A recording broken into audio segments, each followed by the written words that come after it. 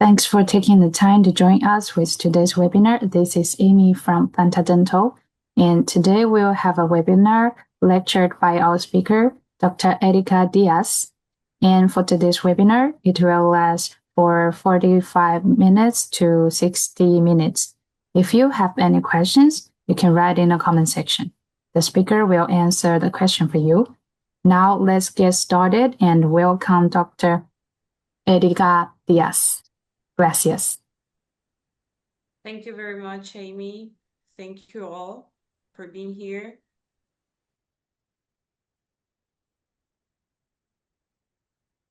Buenas noches a todos. El tema del webinar de hoy es elevando la precisión en la endodoncia moderna con Rising. Soy Erika Díaz y el día de hoy estamos transmitiendo desde la ciudad de Chinandega al norte de Nicaragua. Y aquí todos estamos reunidos con el mismo propósito: hablar sobre el tratamiento de conductos. Nuestro objetivo principal es la limpieza y la desinfección tridimensional del sistema de conductos radiculares, preservando toda la morfología natural, previniendo errores que podrían comprometer estos resultados clínicos a largo plazo y siguiendo, obviamente, los principios mecánicos y biológicos, como por ejemplo accesar al conducto, realizar el debido debridamiento mecánico de todos estos restos de tejido pulpar y bacterias. Y a la vez, entonces también estamos creando este espacio, ¿verdad? Para que, o sea, podamos introducir la medicación intraconducto o para que nuestra sustancia química auxiliar penetre mejor a esta región más crítica. Y asimismo nos permita realizar este espacio cónico adecuado para obtener una buena obturación. Pero para garantizar que se cumplan estos requisitos, necesitamos elaborar una estrategia de tratamiento para que nuestro proceso endodóntico sea exitoso. Este enfoque se extiende mucho más allá que la instrumentación, porque implica una perspectiva mucho más amplia donde incluye un diagnóstico preciso. Y para realizar un diagnóstico completo debe incluir siempre dos partes, tanto el estado de la pulpa como el estado de los tejidos periapicales. Y la Asociación Americana de Endodoncia desde el año 2013 nos brindó esta clasificación que usamos por mucho tiempo. Pero actualmente existe una nueva propuesta de clasificación diagnóstica, tanto pulpar como periapical, desarrollada en conjunto por la Asociación Americana de Endodoncia como por la Sociedad Europea de Endodoncia. Y aunque esta fue lanzada apenas a finales del año 2025, el nuevo consenso está siendo consolidado y refinado para que su adopción sea definitiva en este año 2026. Entonces, ¿cuáles serían las novedades de esta nueva propuesta? Primero tenemos un enfoque biológico porque está centrado en la preservación de la pulpa como tal. Entonces, la eliminación y cambios de términos como ejemplo la pulpitis irreversible, porque en favor de diagnósticos más precisos para la terapia pulpar vital, se incorporaron términos como el estado pulpar inconcluso, la condición conclusa, y se han añadido términos también como la hipersensibilidad apical, que se caracteriza por la periodontitis apical localizada como implicación sistémica. Entonces, estas novedades son las que nosotros tenemos hoy en día.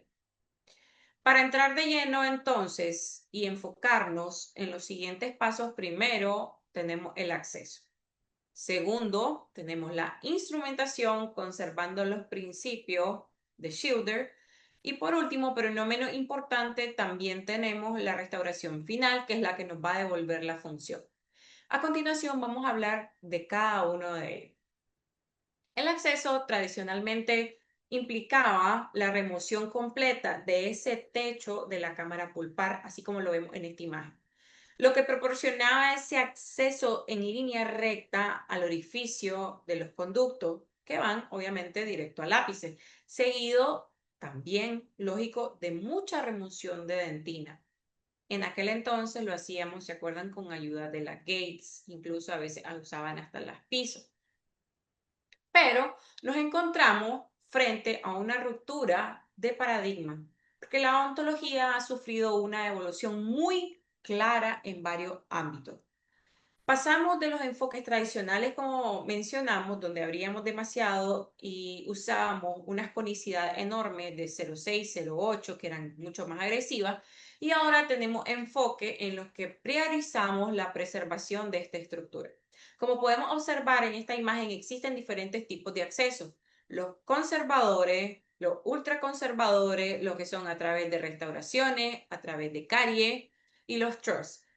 Sin embargo, para todo esto último, es de manera obligatoria que nosotros tenemos que usar instrumentos ultra flexibles, magnificación, mejor iluminación y procedimientos de irrigación mejorados, obviamente. ¿Y esto por qué se da? Porque en el día a día nosotros trabajamos con una complejidad anatómica y que es variable y que muy pocas veces vamos a poder predecir. Entonces, las radiografías convencionales o incluso a veces hasta la tomografía computarizada de ascónico se vuelven un poco difíciles para nosotros poder ver, dependiendo de la calidad de la que sean, cómo está realmente esa anatomía.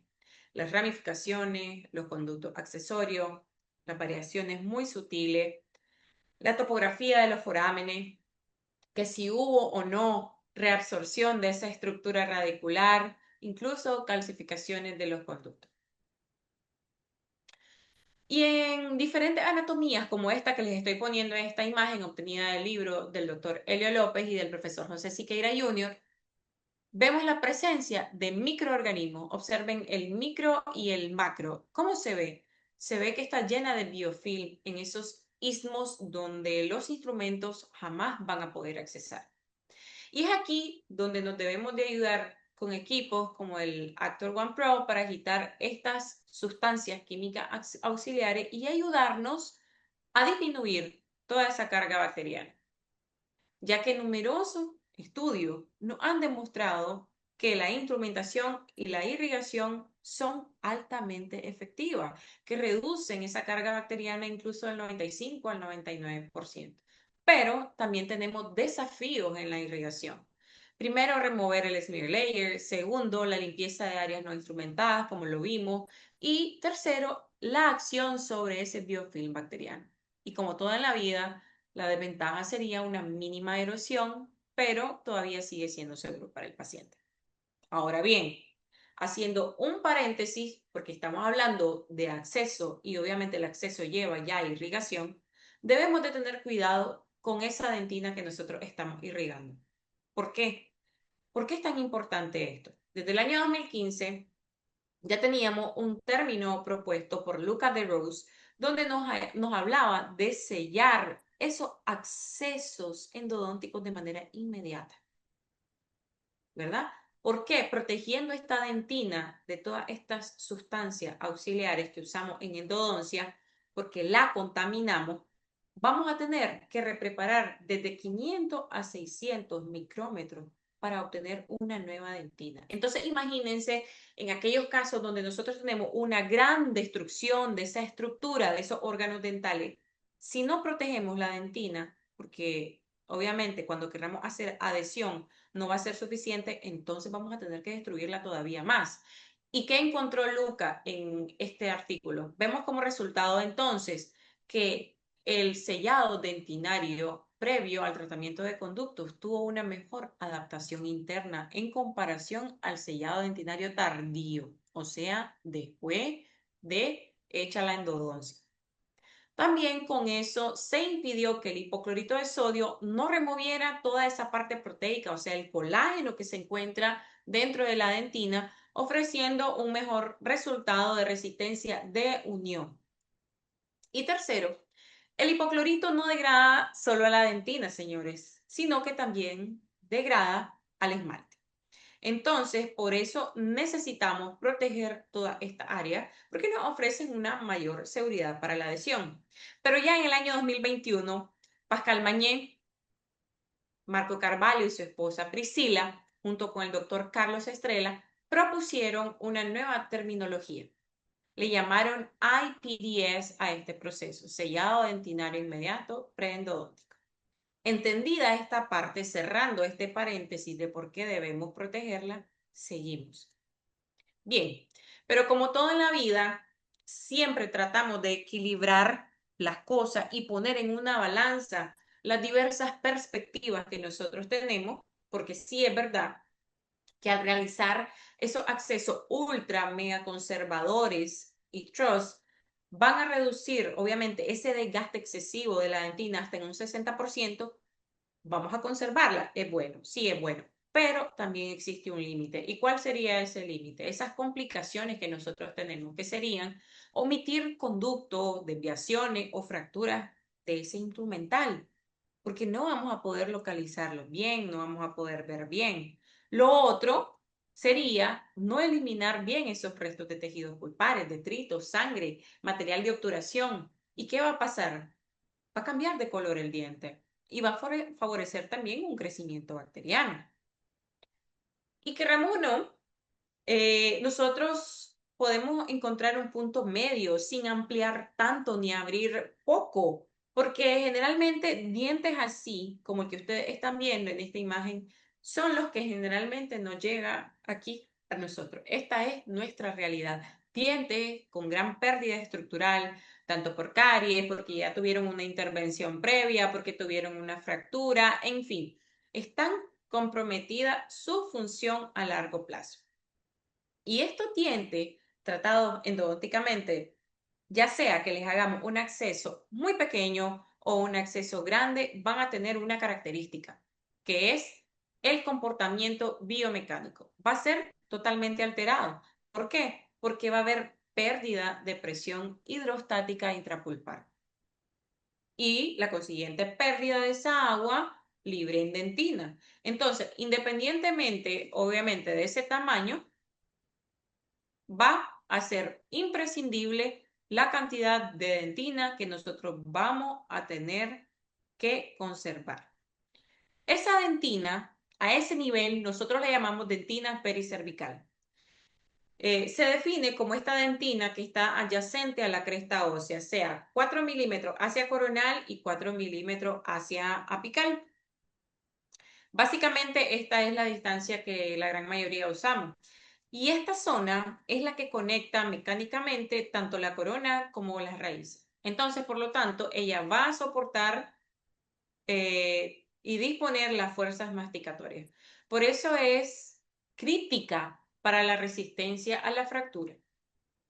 Y en este estudio de Járidos, que es un clásico, podemos aprofundarnos un poco más en el asunto, porque nos explica que este concepto viene desde el año 2010 por Clark y Cademy. Y ellos sugerían en este artículo que la distancia que debemos de conservar hacia coronal son 4 milímetros y hacia apical son 6 milímetros. ¿Correcto? ¿Y qué nos dicen los autores? Que debemos de abarcar tres fases. Uno, la remoción mínima del tejido durante ese acceso. Dos, el abordaje conservador hacia la preparación apical. Y un mínimo ensanchamiento que conecte el tercio coronal con el apical.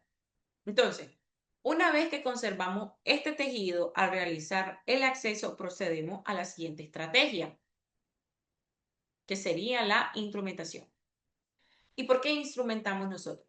Nosotros instrumentamos para permitir que los irrigantes limpien. Por lo tanto, es un medio para lograr una desinfección efectiva. Y la conformación es el paso más importante del tratamiento endodóntico. Es lograda por esa acción mecánica de los instrumentos. Y este concepto no es nuevo, viene de los años 60, 70 por el doctor Herbert Schilder, que introdujo el término cleaning and shaping, limpieza y conformación, cambiando totalmente la forma de entender la preparación de los conductos. Y podemos decir que la limpieza y conformación ocurren juntas, van de la mano, no por separado. Pero hoy en día sabemos que a pesar que el orden de las palabras cambió y que ahora manejamos lo contrario, según lo dijo en su libro mi profesor Gustavo de Deus, Shaping for Cleaning.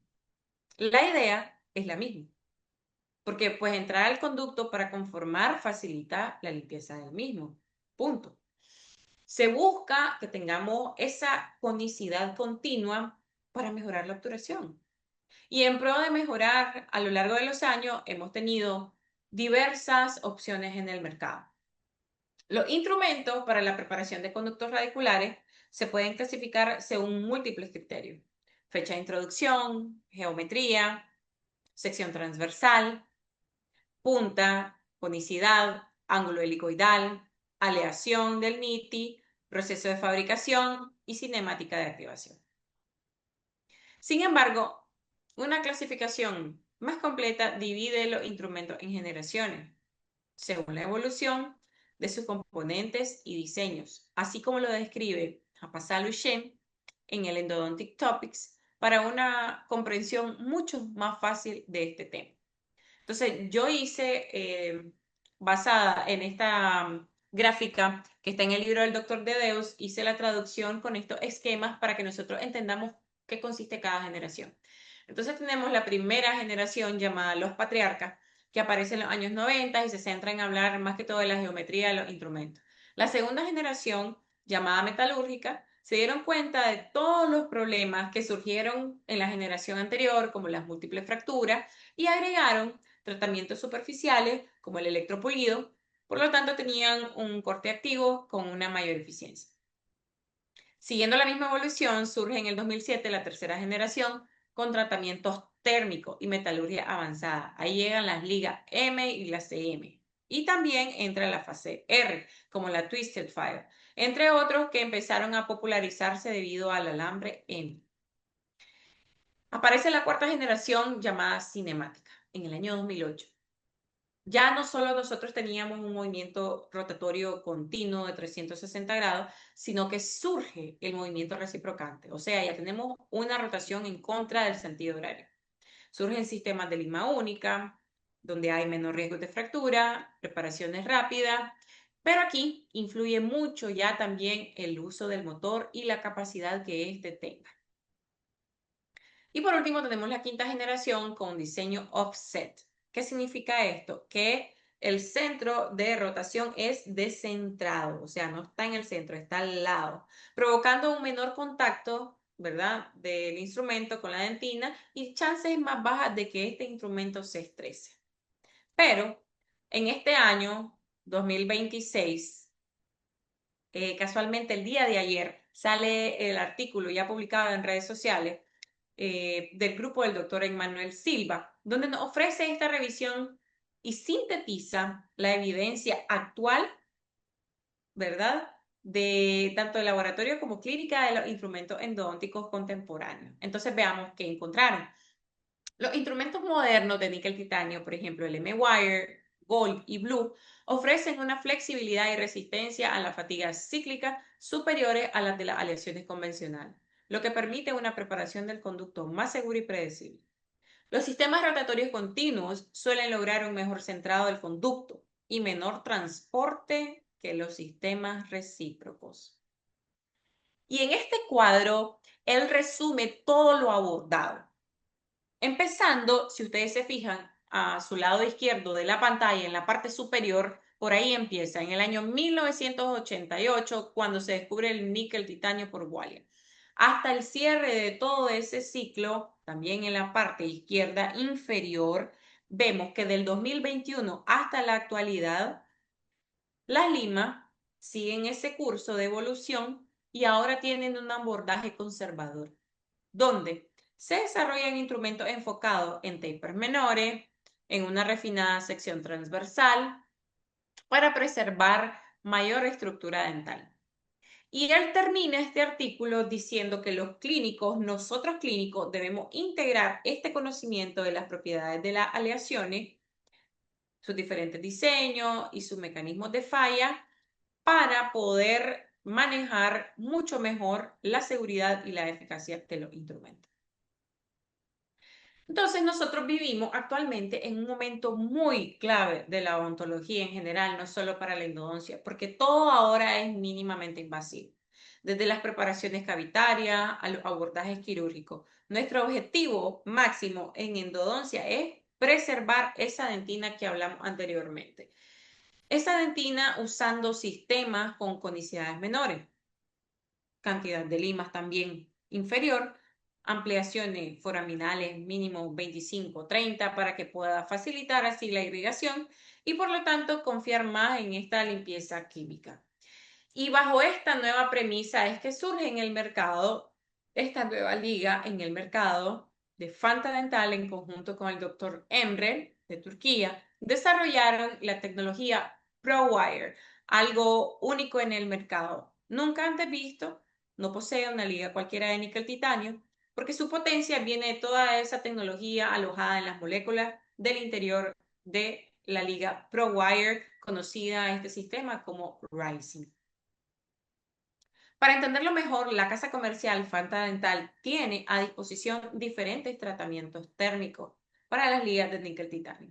Esta imagen que le hice lo demuestra de una manera más clara. De izquierda a derecha, veamos en azul el NITI normal y Fanta tiene patentado estos otros cuatro. El AFL, que es de baja flexibilidad, predominantemente austenita, con mayor rigidez, y luego pasamos al AFR con una flexibilidad media, composición de fases más equilibrada y que proporciona una flexibilidad ya mejorada. El AFH, que posee una alta flexibilidad, mayormente está compuesto por martensita, lo que resulta con una flexibilidad máxima en comparación a los dos anteriores para anatomías más complejas. Y por último, en el extremo derecho, en rojo, el AF Pro Wire, que representa una nueva generación con tratamiento termomecánico que emplea la tecnología con memoria de flexión adaptativa.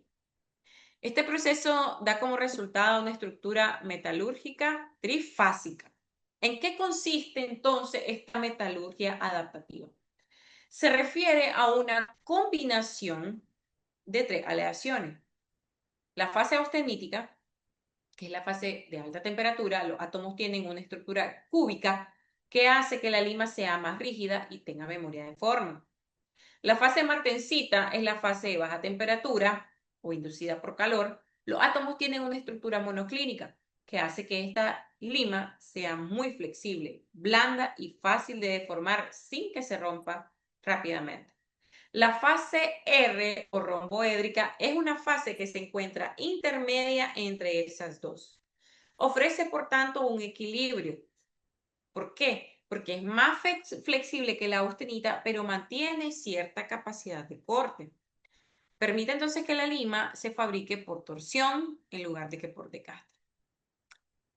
Y este sistema Rising también posee una conicidad variable con un innovador patrón de hélice retorcida. Entonces, eso lo convierte en un sistema muy inteligente, porque es capaz de poder transformarse en nuestro mejor aliado, porque tiene un avanzado tratamiento térmico y una estructura trifásica. ProWire demuestra un rendimiento superior en el mantenimiento de la morfología original del conducto, minimizando el transporte, resistiendo a las deformaciones tras un uso repetido. Veamos entonces, primero, hace que el cono encaje perfectamente. ¿Por qué? Porque el diseño es especial en apical y ustedes lo van a poder comprobar. Una conicidad mínimamente invasiva, porque es variable. Tenemos una instrumentación entonces más anatómica. Eficiencia de corte extrema, porque tiene ángulos de corte especializados que nunca nadie los había hecho. Diferentes fases de níquel titanio en cada lima, porque tiene una metalurgia específica para cada una de ellas. Máxima eliminación de debris. ¿Por qué? Porque su diseño elimina suavemente los residuos desde el ápice hasta la corona. Entonces, las limas Rising están diseñadas para adaptarse por zona. Veamos cada una de esas zonas, ¿verdad? Y lo que hacen cada una de ellas. Primero tenemos la zona coronal. Esta lima propiamente va a trabajar en ella. Tenemos esta segunda lima con taper ultra conservador para hacer el glide path. Tenemos la tercera lima para trabajar tercio medio y ya tocando más hacia apical, con un corte rápido y sin estrés. En apical propiamente dicho, comprobado, estas limas tienen resistencia a la fatiga cíclica por más de 18 minutos. Entonces, hablemos de cada una de ellas. Empezamos por el abridor, el Rising RR 1710. ¿Correcto? ¿Por qué? ¿Por qué necesitamos nosotros de un abridor? Se utiliza al inicio de todo tratamiento, porque necesitamos preparar esa porción más coronal del conducto para poder eliminar todas esas calcificaciones, remover, según el fabricante, y lo he podido comprobar, gutapercha al inicio del conducto. Y se describe entonces con una punta que es semiactiva, diseñada para brindar control y equilibrio y preservar dentina. Podemos observar en este artículo publicado por Girish y Babu del año 2025 que nos habla de la ampliación coronal. Esa ampliación coronal o ensanchar, hacer este orifice shaper nos da más precisión a la hora de hacer nuestra longitud de trabajo. ¿Y por qué es eso? Porque nosotros eliminamos toda esa interferencia que se encuentran en esa parte más coronal, que van a limitar que nuestra lima avance.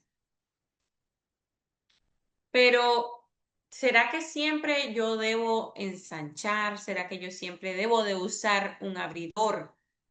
Bueno, eso tal vez no es para todos y eso te puedo decir yo que depende, porque depende de dos factores, de tu experiencia clínica y del tipo de conducta.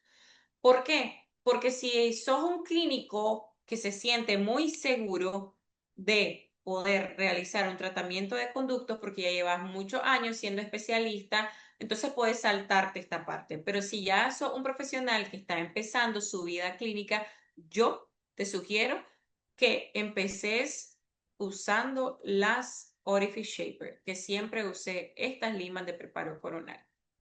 Y cuando hablamos de tipo de conducto, me refiero a tipo aquellos dientes jóvenes que ya tienen demasiado amplio su tercio coronal, que no necesitan y por lo tanto van a obviar este paso.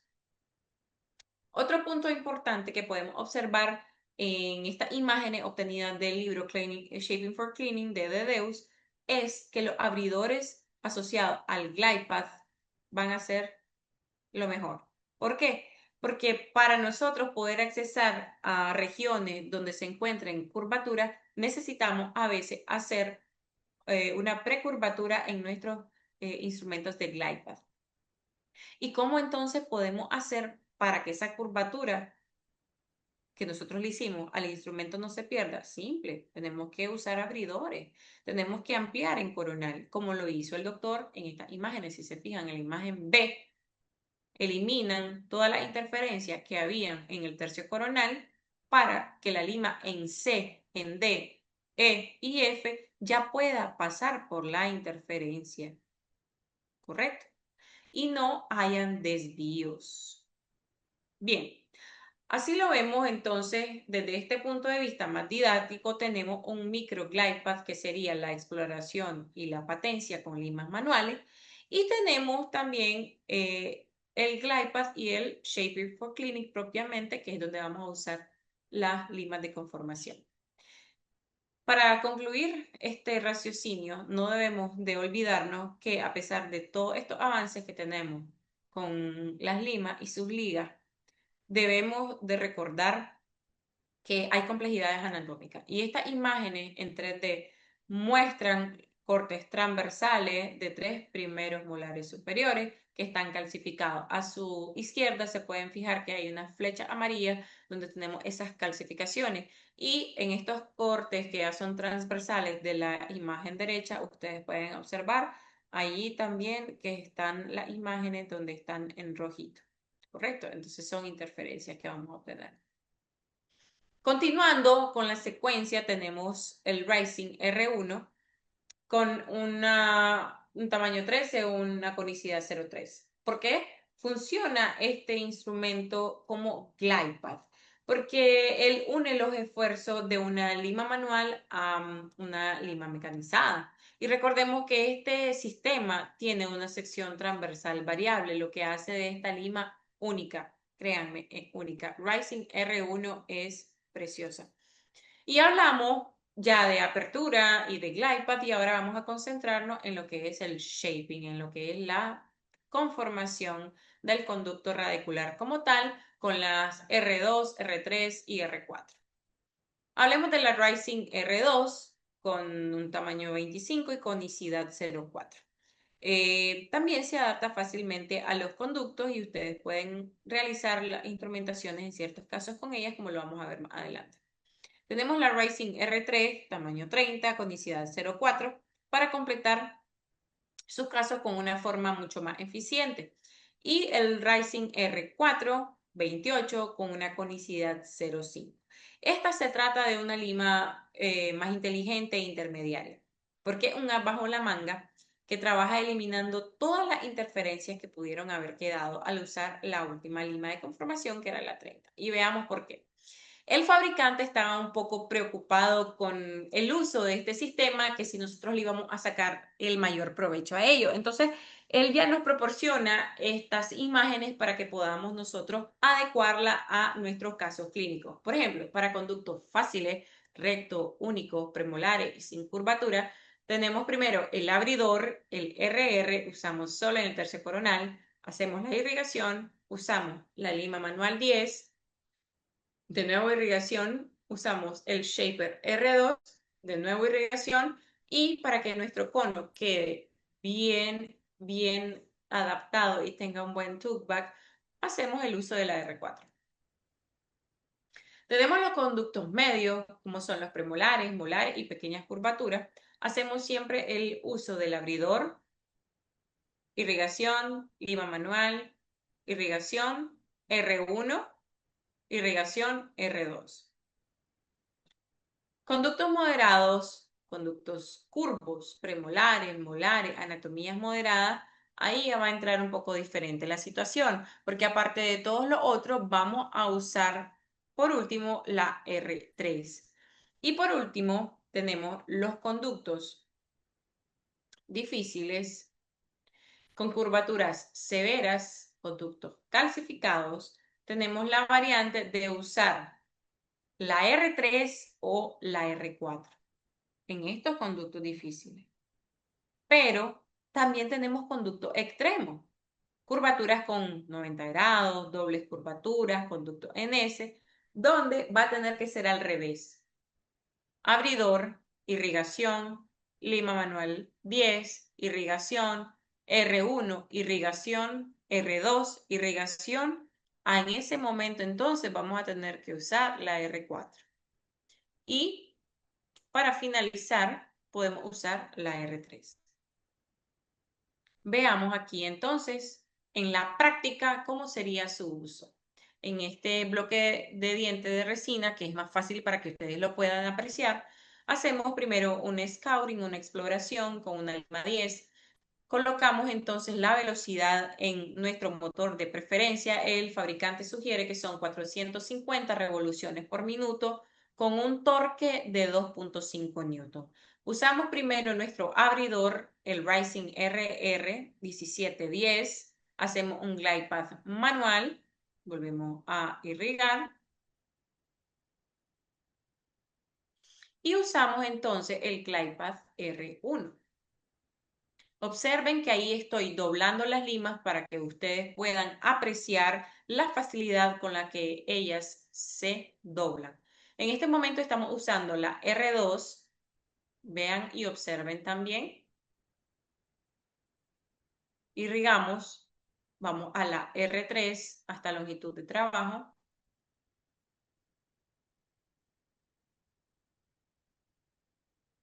Extremadamente flexible también. Irrigamos y por último usamos la R4.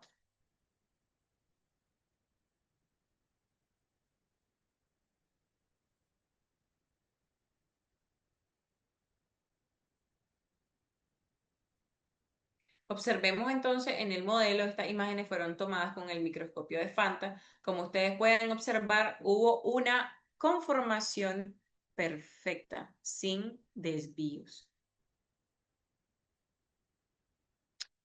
Quise compartir con ustedes este diseño que elaboré porque cuando tuve en mis manos estas limas de Rising, observé el tamaño diferente en las últimas dos, lógicamente me llamó mucho la atención, entonces quise hacer este diagrama como lo hace siempre mi amigo Rodrigo Villagra en Brasil.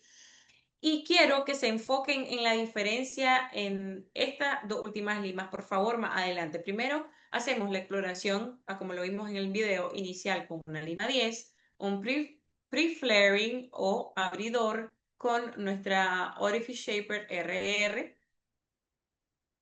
Hacemos un glide path con la R1, conformación con la R2, conformación con la R3 y por último la conformación con la R4. En teoría, así es como se debería de ver el conducto ya conformado de manera más conservadora. Sin embargo, hay algo que ustedes quiero que me comprendan, porque ustedes se pueden estar cuestionando, bueno, entonces, ¿por qué sugiere el doctor Emre que se use la 2805, que es menor que la 3004?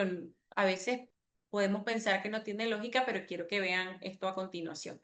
Vamos a dividir ese tercio apical. Ahorita solo nos vamos a concentrar del D0 al D4. Recuerden que nosotros tenemos esa parte activa del D0 hasta el D16, ¿correcto? Pero ahorita vamos a enfocarnos solo del D0 al D4.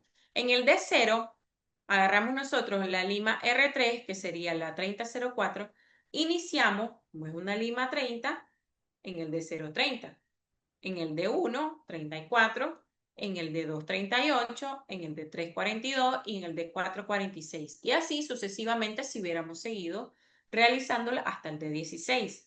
Ahora bien, hablemos de la lima 28. Aquí empezamos nosotros a cambiar el juego, porque en vez de ir aumentando 4, porque la otra, la lima 30, era un taper 0,4, nosotros en la 28 tenemos un taper 0,5.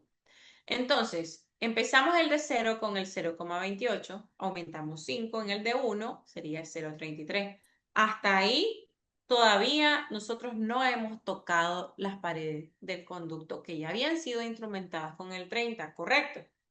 Si ustedes se fijan, partimos desde apical, o sea, si conformó con 30, el 28 no lo tocó. Siguió, aumentó para el de 1, aumentó 34 y seguimos sin tocarlo porque estamos en el de 33. Ahora bien, llegamos al de 2 y tenemos 0,38. Igual que cuando usamos la lima 30. Opa, ahí sí estamos recostándonos en esas paredes que ya fueron conformadas. Cuando llegamos al D3 tenemos un ligero twist, un ligero cambio. ¿Por qué? Porque tenemos 0,43 y en el anterior teníamos 0,42. ¿Qué nos quiere decir esto? Que a pesar de que él va a cambiar, no va a ser brusco su cambio.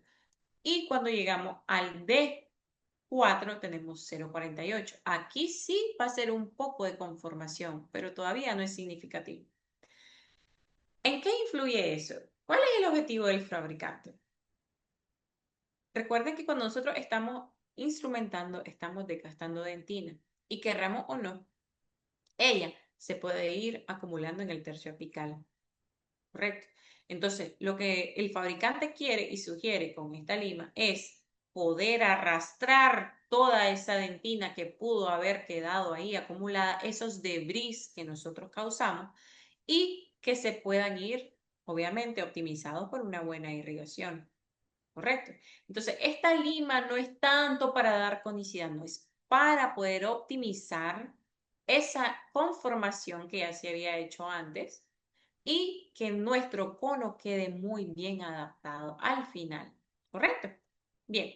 Veamos este artículo publicado en este año 2026 por el grupo del Dr. Emre, que tuvo como objetivo comparar el rendimiento de la conformación y el desplazamiento apical de la estructura de dos sistemas de limas rotatorias de níquel titanio. ¿Cuáles fueron ellas? La ProTaper Ultimate de Dentsply y Rising de Fanta Dental. Se prepararon entonces 60 bloques de resina estandarizados con curvas de 45 grados y cada grupo se subdividió en 3 grupos.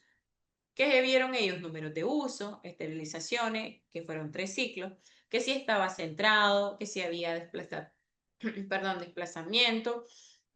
Lo analizaron con un software y las separaciones las pudieron ver con estereomicroscopía. ¿Qué encontraron ellos entonces? Que el sistema Rising demostró estar más centrado en el conducto y tener una menor desviación apical en todos los niveles de referencia y ciclo de uso. No se produjeron fracturas de limas en el grupo de Rising, mientras que el sistema de ProTaper Ultimate presentó deformación progresiva y una tasa de fractura de 6.7% al tercer ciclo. Los instrumentos Rising conservaron su forma y comportamiento mecánico originales tras la esterilización en autoclave, y eso yo también se los puedo comprobar. Como conclusión, Rising demostró mayor precisión en la conformación, durabilidad estructural y resistencia al desplazamiento apical en comparación con ProTaper Ultimate, especialmente después de múltiples usos clínicos y esterilizaciones. Estos hallazgos respaldan que son idóneas para una práctica endodóntica mínimamente invasiva y rentable, particularmente en conductos anatómicos complejos. En este segundo artículo se abordó algo totalmente distinto. Fue publicado en el año 2025 y en el doctor Embre tuvo como objetivo evaluar el impacto de la temperatura corporal en la resistencia de la fatiga cíclica de dos limas. Primero, el sistema Rising y segundo, el Race Evo de FKG. Las pruebas se realizaron utilizando un conducto artificial de acero inoxidable con un ángulo de 120 y un radio de curvatura de 5 milímetros. Todos estos instrumentos se rotaron de manera continua hasta que se produjo la fractura. Entonces, ¿qué encontraron? Las pruebas de fatiga cíclica revelaron que las limas Rising presentaron mejores valores, más significativos, más altos que las limas Race. No se observaron diferencias significativas a temperatura corporal en comparación con la temperatura ambiente. Y concluyen que las limas Rising demostraron un rendimiento superior en las pruebas de tiempo de fractura. Probablemente esto sea debido a su alambre tratado térmicamente con CM. La temperatura corporal no afectó el tiempo hasta la fractura de ninguno de los ciclos hasta la de los instrumentos evaluados. Y obviamente, para concluir esta parte de lo que es la instrumentación, estamos listos ya para obturar. Y recordemos, como dijo el doctor Cohen en el año 2007, que el éxito de la obturación del sistema de conductos radiculares depende de la excelencia de su limpieza y conformación. En otras palabras, nuestra limpieza y conformación es lo que nos brinda esa foto 3x4 linda, bonita, que vemos en la radiografía, porque es ahí donde podemos ver que todo lo que hicimos anteriormente, cuando ya obturamos, estuvo bien ejecutado. Pero bueno, entonces nosotros ya hicimos acceso, irrigamos, protegimos dentina, instrumentamos, obturamos y ahora ¿qué hacemos? Por último, está la restauración. Como un paso que no puedo decir que es el menos importante porque es el paso al que vamos a devolverle función a nuestro órgano dental. Y las opciones de restauración para dientes tratados endodónticamente dependen mucho del criterio de cada clínico. Las restauraciones pueden ser directas, semidirectas, indirectas. Cada una tiene sus ventajas y sus limitaciones. Lo que me cabe decirles el día de hoy es que recordemos que las resinas compuestas, si se realizan de manera directa, son sensibles a contracciones durante la polimerización y ellas tienen un alto factor C. Entonces, el éxito va a depender en gran medida de, obviamente, la calidad de esa dentina remanente que pudo haber quedado ahí.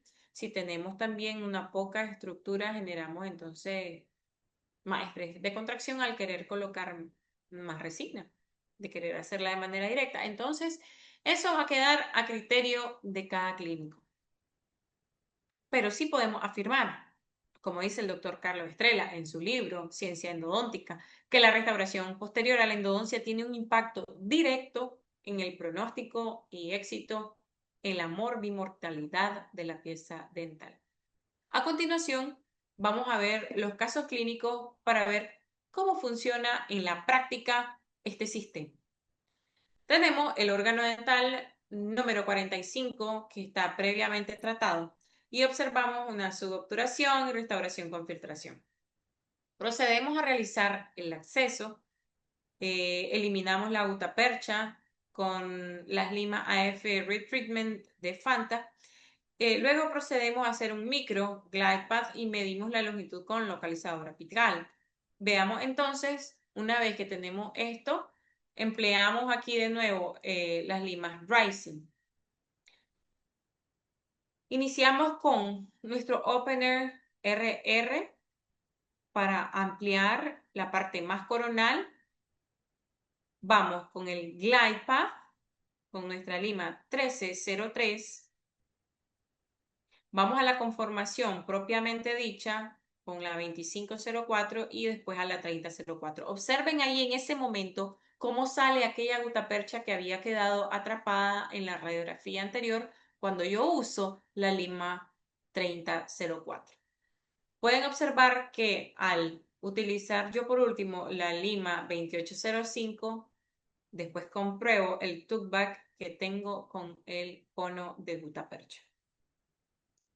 Y así finalizamos este caso que pudimos realizar respetando la anatomía y colocando una nueva resina, ahora con anatomía en boca. El segundo caso es este órgano dental número 26 con pulpitis irreversible sintomática y periodontitis apical sintomática. Vemos que la cámara pulpar ha reducido de tamaño, volumen, y también hay presencia ya de cálculos o nódulos y aún podemos apreciar la entrada de los conductos. Entonces, lo primero que hacemos después de realizar, obviamente, esa limpieza en esa parte más coronal, eliminando esos restos de restauraciones que tenía, es proteger la dentina, ¿correcto? Entonces, al eliminar todo eso en la cámara, protejo la dentina, hago mi sellado dentinario preendodóntico y después procedo a lo que es el proceso de limpieza y conformación usando este sistema. Recuerden siempre velocidad 450 revoluciones por minuto con 2.5 newton de torque. Y logramos instrumentar los 4 conductos. Vamos a hacer en esta segunda etapa la obturación más la reconstrucción de esta biobase y optamos por una reconstrucción directa. ¿Por qué? Porque en este momento yo estoy usando fibras continuas de polietileno y por último vamos a comprobar siempre el ajuste oclusal, como pueden ver los puntos en azul. Vean la radiografía que se encuentra a la derecha y observamos que hubo una conservación de esa dentina pericervical, incluso hasta uno de los cuernos los dejé intactos y se pudo preservar más la anatomía. Este órgano dental número 46, previamente tratado, también estaba con periodontitis apical sintomática. Observamos que tiene una obturación y restauración deficiente, conducto sin instrumentar y curvatura. Presencia de un exceso de gutapercha en la cámara pulpar y sobre todo un problema actual que nos encontramos, que es caries provocada por esas resinas que están infiltradas. Entonces, debajo de todas estas restauraciones habían por lo generalmente caries. Procedí a proteger entonces esa dentina recién cortada para usar nuestra sustancia química auxiliar y en conjunto con AFR Treatment y Rising procedo a lo que es la limpieza y la conformación del sistema de conductos radiculares. Y obtengo, ¿verdad?, lo que es nuestra longitud de trabajo y procedo a obturar. Una vez obturado, reconstruyo mi biobase y dejo al diente listo para recibir una semidirecta. Así es como está una vez cementada la semidirecta. Vemos ahí que pudimos alcanzar apical sin necesidad de causar mayor iatrogenia y podemos confirmar nuestro ajuste oclusal en la imagen de la izquierda en los puntos en azul y una continua también obturación en el lado derecho. El tercer y último caso es este órgano dental número 37, con fractura de la restauración antigua de amalgama y ya hubo exposición ahí de cámara pulpar. Teníamos una periodontitis apical sintomática y la paciente ya andaba con mucho dolor. Entonces, una vez aislado, retiramos toda esta restauración antigua, vemos presencia de mucha más caries debajo de esta restauración. Realizamos el acceso del IPDS y la instrumentación de los conductos con Rising. Observe que están un poco diferentes las fotos porque la paciente tenía mucha limitación de apertura y hay momentos en los que no logro captar bien la imagen como las otras fotos anteriores, ¿correcto? Entonces, ya obturados, procedemos a reconstruir nuestra biobase y a preparar el sustrato para cementar la semidirecta y así como concluimos este caso. Imagen de la derecha, si ustedes pueden observar, una de las grandes preocupaciones era la cercanía con el nervio alveolar inferior. Sin embargo, se pudo lograr mantener esta obturación dentro del conducto sin que hubiera ninguna sobreobturación. Se pueden preguntar también qué es esa imagen que se encuentra más en el tercio cervical casi, ¿no? Ahí casi que en la entrada de los conductos y no es más que la fibra de polietileno que se observa con esos puntitos de discontinuidad en la radiografía. Para culminar tenemos las recomendaciones. Primero, trabajar con movimientos suaves y sin presión apical excesiva para evitar que haya transportes o fracturas. Dos, configurar correctamente tu motor endodóntico porque un mal ajuste puede provocar la fatiga cíclica prematura y la separación del instrumento. Y no te saltes pasos, usa una progresión lógica, glide path, shaping y finishing. Así vas a evitar iatrogenia y vas a hacer una mejor conformación. Y para culminar, tenés estos mensajes para llevarte a casa como consideración final. Preservar lo máximo de dentina, que todavía permita la desinfección completa, la instrumentación segura y la obturación de calidad. Cada caso es único y por lo tanto debes de valorarlo de manera única. Rising, para mí, hoy por hoy es el mejor sistema conservador que he usado. Su diseño de sección transversal variable reduce el contacto con las paredes y permite una preparación más controlada. Y te prometo que cuando la uses no vas a querer a dejar de hacerlo. Y recordar que aunque tiene una alta resistencia a la fatiga, no la reutilice de manera excesiva. Gracias a todos por su compañía. Si tienen alguna pregunta, eso es todo por hoy. Gracias. Thank you for Dr. Erika, and thank you for all, and looking forward to your next participation. Gracias. Gracias a vos, Amy. Yeah, Thank you, thank you. Amy. Thank you, Dr. Erika.